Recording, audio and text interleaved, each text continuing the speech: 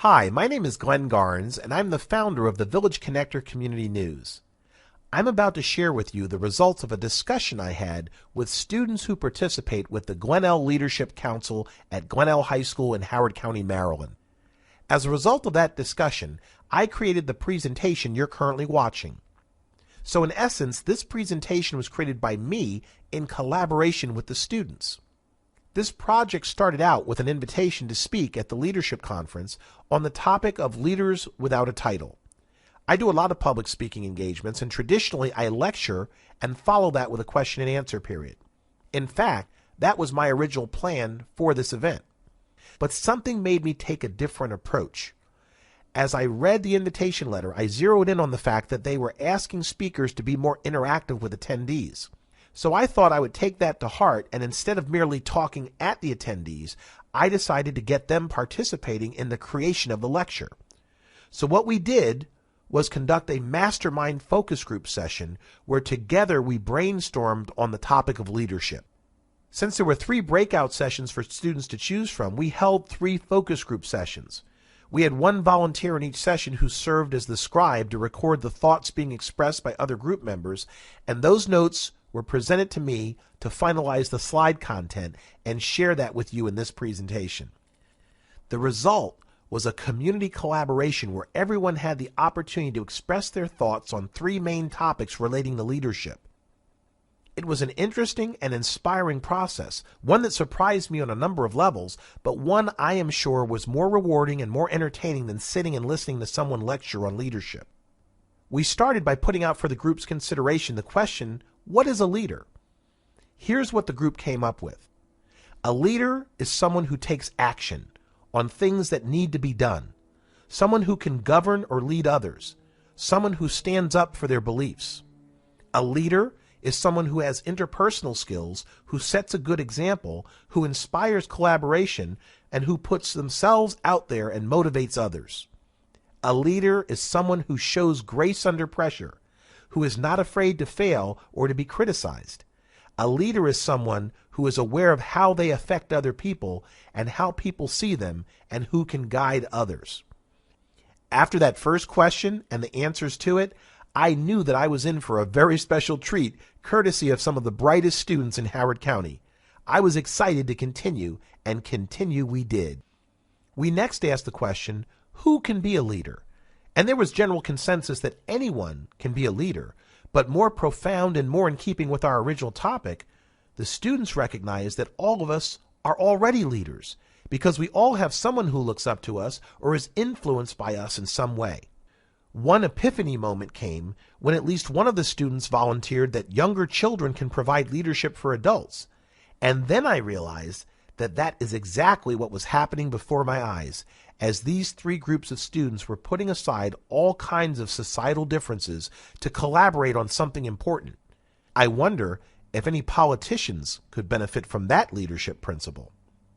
Based on the discussion that took place on this topic, I suggested to students that they should never underestimate the value of life skills from simply getting out and seeing how the real world works. I also suggested that they seek out and find what they can learn from everyone they encounter and not to be too selective about from whom a life lesson could be learned. After brainstorming was complete on who could be a leader, we began making a list of the traits that leaders possess. Once again, I was not disappointed by the response. But I must confess, some of the responses did surprise me, like the fact that the students believed leaders also had to know how to follow, how to ask for help when needed, and how to humble themselves. In wrap-up, we turned our attention to some final thoughts. For example, we discussed the difference between influence versus control as a leadership style, and the students were quick to pick up on the fact that influence was a better style of leadership because it was voluntary on the part of the follower as opposed to fear-based. When we talked about whether leadership as a concept could ever be considered bad, the students were quick to point out that leadership is a neutral concept and that its end character is determined by what the leader does with her influence. I thought that was magnificent. The final thought of the day was shared by the student who was kind enough to invite me to speak, and he best summarized the entire day's exercise by recognizing that one of the qualities that leaders have is the ability to facilitate and foster discussion and synthesize individual ideas and thought processes into a better, more effective end product by creating discussion that would not have happened without their facilitating influence. So at the end of my speech, the only thing left for me to do was to thank the students for all they had taught me about leadership and to ask them when I could come back to learn some more from them. It was simply awesome.